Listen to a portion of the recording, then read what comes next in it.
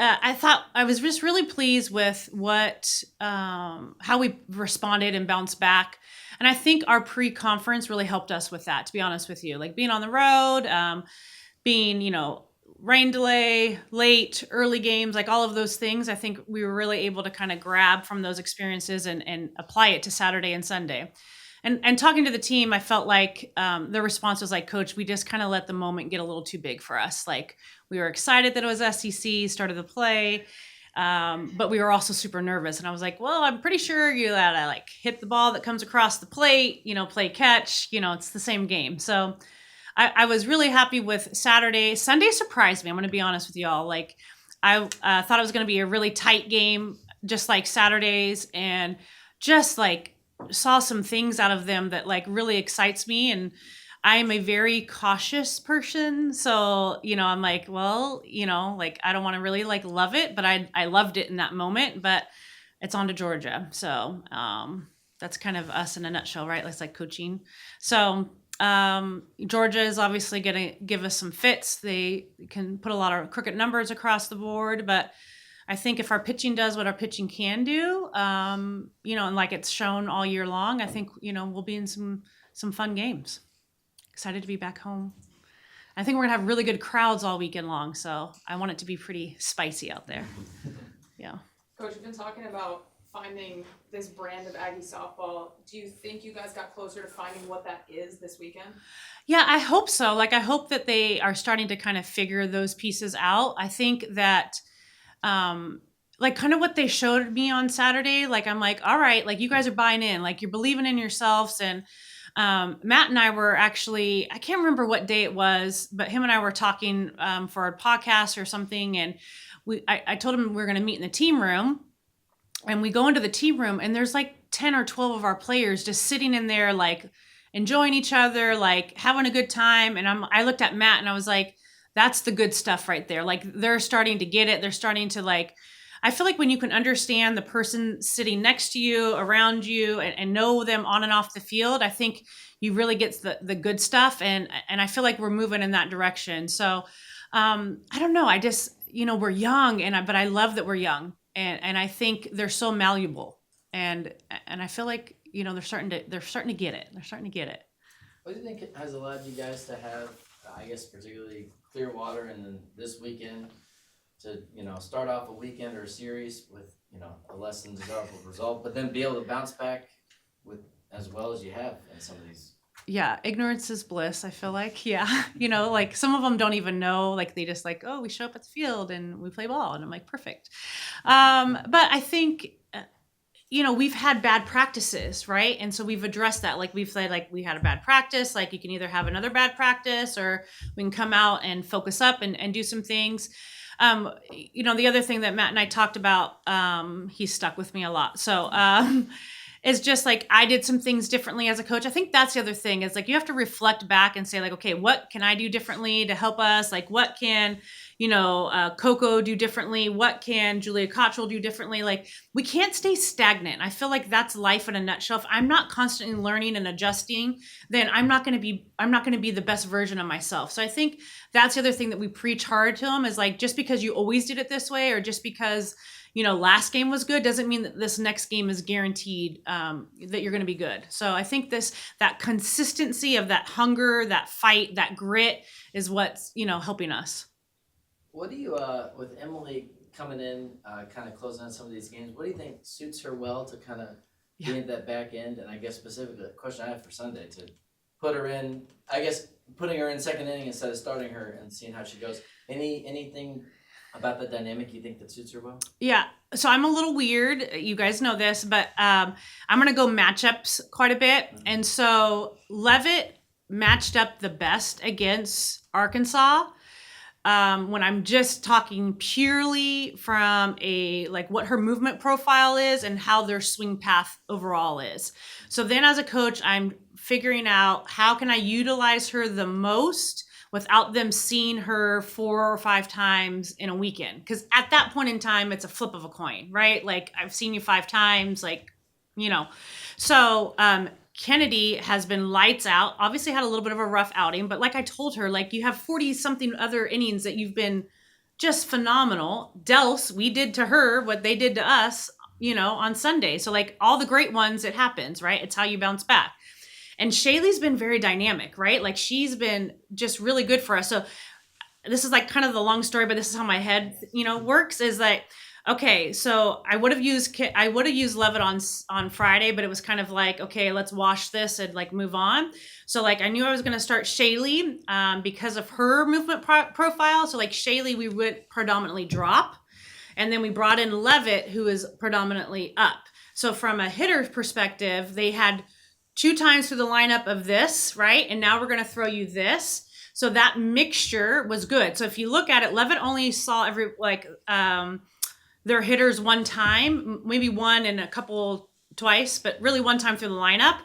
So I went to Preston and I said, hey, I need you to buy us a 1 time through the lineup, because Preston is slow, right? Crazy drop that people swing at her ball that's 35 feet in front of the plate, but that's how steep her down break is.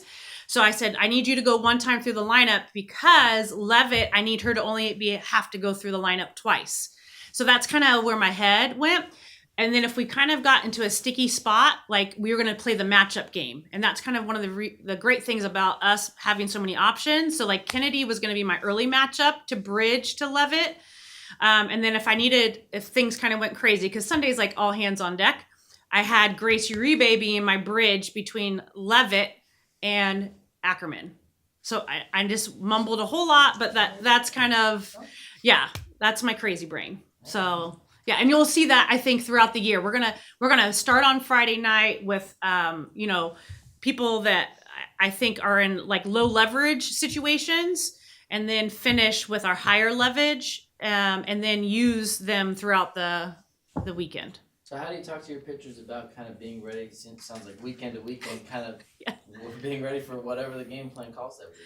I think I'm just really straightforward with them. So I'm like, hey, like this is kind of their swing path. Like this is how they teach. Georgia kind of has some bad posture. Their direction is bad. So this is what's really going to match up well.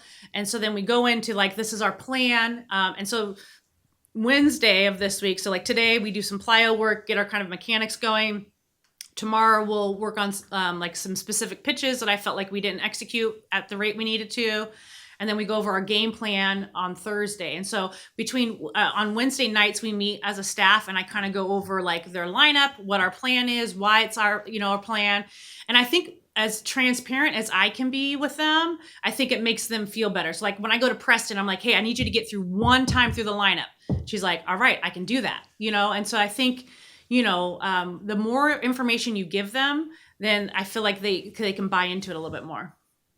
What have you learned from your team being on the road for so many games and series in tournaments or like pre-conference? But what have you learned about them so far? I've learned that I don't know. I don't feel like they really affect one game. They don't allow one game to really affect that next game. And I think they've shown that, through these couple of games that we've had, obviously.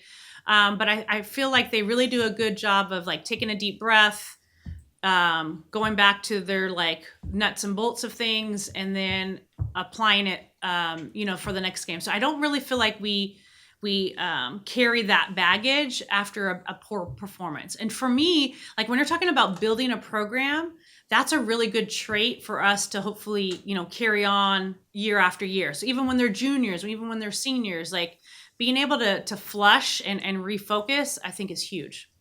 When you talk about that opener situation, kind of bringing the one pitcher and going to another one, do you feel like with the opener you have a little bit more of their whole arsenal of pitches earlier than if you have to go through several times through the lineup as well? Yeah, and I think our opener on Friday can change, and it'll change upon kind of what their swing path looks like and how we match up to kind of counteract that. And so I think, again, also having that conversation, because I don't want Kennedy to be like, oh, if I don't start on Friday, like I'm not the Friday night starter. Like, no, that's like, I don't really care who starts on Friday night. Like, how are we gonna like make it through the weekend, and how are we gonna be most effective? Like, I want to win softball games, period. Like, I don't really care if our shortstop is playing as a pitcher. You know what I mean? And so I think once you start to like explain that, and they see it, like you have to actually do it, right? I think they understand it. But I think for me, like Kennedy started the year more as a closer, and Levitt started, right? And then as we've kind of started to go, and I think we talked about this, like I was still trying to figure out what those pieces looked like. Now Kennedy's been starting, and Levitt's been coming in. And I think we have so many different looks that I could see, like Kennedy going back to a closer in a certain situation. Like we got a lefty prominent team coming in, like that's a great matchup for Kennedy, or that's a great matchup for whoever. And so I think their willingness to like win softball games as a staff, like, is just really impressed me. Like they're just like, Coach, tell me what you want us to do and how you want us to do it, and we're going to do it. And I can't really ask anything more than that.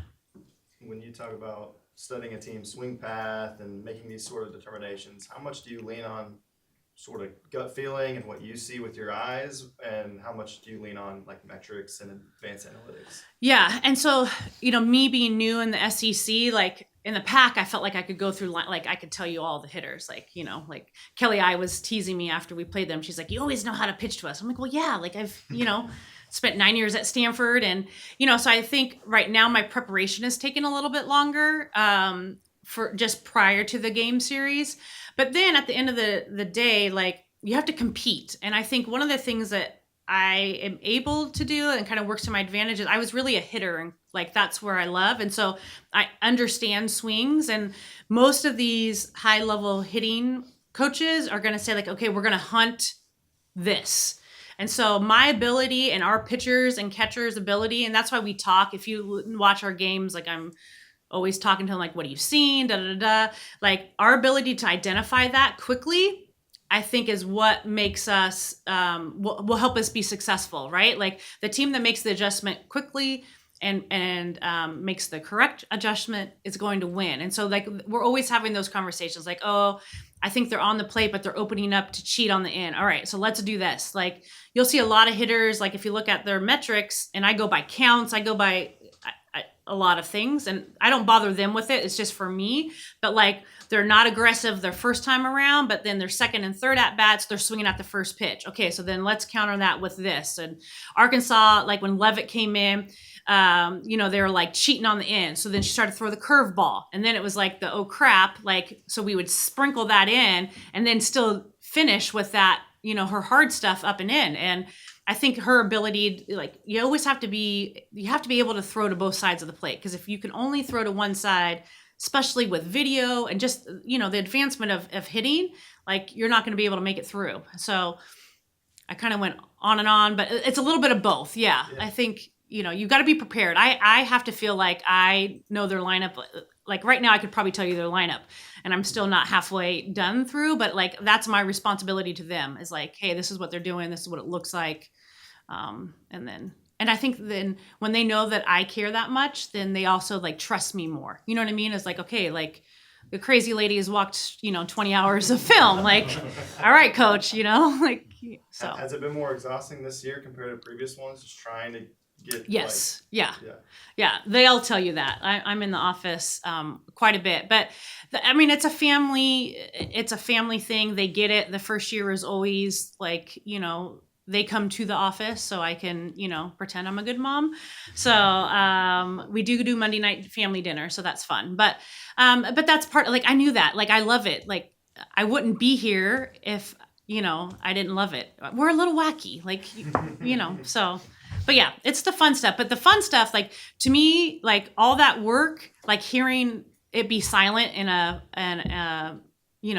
when we're on the road, like that's the best feeling. Like I at one point after the game, I looked at Coach Harger and I'm like, I love the silence. Like this is good. Yeah. So I can be a little stinker like that. So. Now, from the hitter's perspective, can you talk about the adjustments that they made at the plate from Friday, Saturday to just Sunday with all the production you guys had? And then kind of whatever the adjustments were made, is that something that you guys feel you can roll over into Georgia this weekend? Yeah, Georgia's pitching is going to be a little different. But I think Dells was giving us pitches. It was kind of like we were like under a spell or something. I was like, you guys, what's going on? And we were just trying to do too much with it, honestly. So it was us getting them into a better mental space, us showing video with them. We did make a little bit of an adjustment of our approach and what we were hunting. I thought, and they just executed, honestly. Like they executed, they're capable of executing. And they just, I think on Friday, we're nervous. And I'm like, nerves are good though. That means that it matters. So I think Georgia's going to be a little different. We got a high velo kid with a change, and then we have a thumber, which that's going to maybe reverse pitch us. So we're obviously practicing those types of things, but really they have two kind of similar. Like Arkansas, I would say, has 1.5. Heron has thrown a lot, but Dells is their ace, but they have two, and then after that it's kind of a free for all. So our goal is to obviously get through those two, and so it will be different because we have this weekend is like a high spin rate, high velo, like no sink pitcher.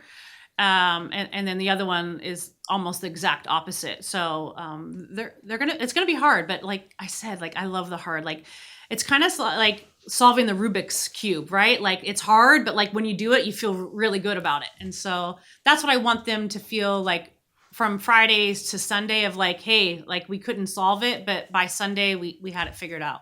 And then just you're 5th in the nation right now in double plays, and obviously a big weekend for those of you guys. Obviously that doesn't seem like a huge deal, but for softball with how quick the game is, can you talk about how cool it is? Obviously you work on it in practice, but for it to come to fruition in a big game situation. Yeah, it might not show up like in the scoreboard, but it gets you out of innings, right? Real quick. And we actually should have had another one.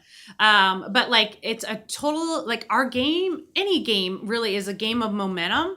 And so like when you can, and some of those were like came with like in the middle of their lineup. And so like when you can face Gamble with nobody on, no outs versus facing Gamble with 1 out, runner at first, like that's a game changer. And so for me, like I said, it doesn't show up maybe in the stat line, but from a pitching coach perspective, like we're out of the inning, we face the heart of their lineup with nobody on. So then you kind of pitch a little bit more freer. So I think there's a lot of things that kind of play into that ability. Amari has done a great job of, if you look at like what her release time and kind of how smooth her transition has gotten from when like this fall to where she is now, I think it's improved tremendously, and she's just put in the work. And so I think, we have Rylan kind of filling a lot of space over there. She's covering a lot of ground. And I think as they start to understand themselves more and more, and kind of the system and what we're trying to do, I think, you're seeing more success. And the other one that I want to point out is like Keely Williams. There was a couple balls off the wall and she like got to them quickly and kept them off of second base. And those are huge because then those turned into double play balls. And so like teaching them that like that play prevented her getting to second base, then allowed us to throw a rollover drop ball, right? For us to then turn 2 and we're out of the inning. Like teaching them that, and then like them coming in and Keely being like, hey, I helped with that. And I'm like, absolutely. Like, so that's the fun stuff. You can hear in my voice. Like that's the stuff where I'm like, yes, like, yeah, that was good. So, I forgot to tell you, but Riley Valentine got freshman of the week. Oh. But yeah, so I mean, if you could just kind of comment on that. Go Riley, yeah. I mean, I think Riley's been, pretty consistent in our lineup. She's been a little bit in and out, but just a freshman that we're super excited for her to be here. Has had obviously some long balls. She broke up, right? That was our first run that we scored on Saturday. And then just continue to like have a good weekend. And so she's somebody, I told her it's like a curse, but also like a great curse that anybody wants. Like as a freshman, you want to like, most freshmen don't see the field, right? And she's seen the field, but I'm like, okay, we've worked you at the infield position. We've worked you in the outfield position. You're a catcher. Like, so she's had to like be a jack of all trades, but I was like, it's also like one of the best things ever. Like we're trying to figure out a way to get you on the field. Like it could be worse, right? Like go over there and just sit over there. And so she's just really taking it with a lot of like, she's just with open arms, and she's crazy. Like she works like, I mean, her parents have built a cage at their house. So she's up at like 6 a.m. She hits before she goes to school. Like, you know, she's somebody that really she wants to be great for her team. And so anytime that she's successful, like I just get excited because of all the work I know she's putting in. How much does that say about her being able to come in those spots, not necessarily having that consistent spot in the lineup, but when she does, she makes an impact? Yeah, and I think that that's honestly like a hard thing for all players to kind of understand because they've all played all throughout their youth, you know, and I have a 15-year-old and I told you that, you know, and I've had conversations with her team like, listen, you guys all play now. And then guess what? You show up on a college campus and you're all in that same position. And how do you respond to competition? Like you have to compete. So like, don't come in here and like ask why you're not playing when these are your numbers. Like this is why you're not playing. And so how does one respond to that pressure? And I feel like Riley's done a really good job of responding to that pressure because, you know, on the infield, we don't have a lot of depth. So like, it's a very different thing. And so that's another thing that like, if I'm ever going to talk to youth, like, okay, our infield, like in our example, our infield, like Ryland's going to be in the lineup. Doesn't really, you know, just kind of is because we don't have a lot of depth. But like in the outfield for us this year, there's just not been a whole lot of like consistency. I feel like you've started to see Keeley step up. You've seen Morgan Smith kind of step up. And so like, how do you respond to that? How do you respond to like, okay, I've gone over, I'm going to sit the bench and wait my turn. And then when you get another opportunity, what are you going to do with it? Like some people like rise to it and some people crumble. And so that's really where I feel like Riley's done a good job of like accepting the challenge. And I've told her that like, hey, well then be better. Like make me have to put your name in the lineup. And she's like, all right, coach, I'll make you. And I'm like, all right, well, there we go. And she did. So she's great. Like she's just a fun. Awesome. Well, thank you, Coach. Thanks, you guys.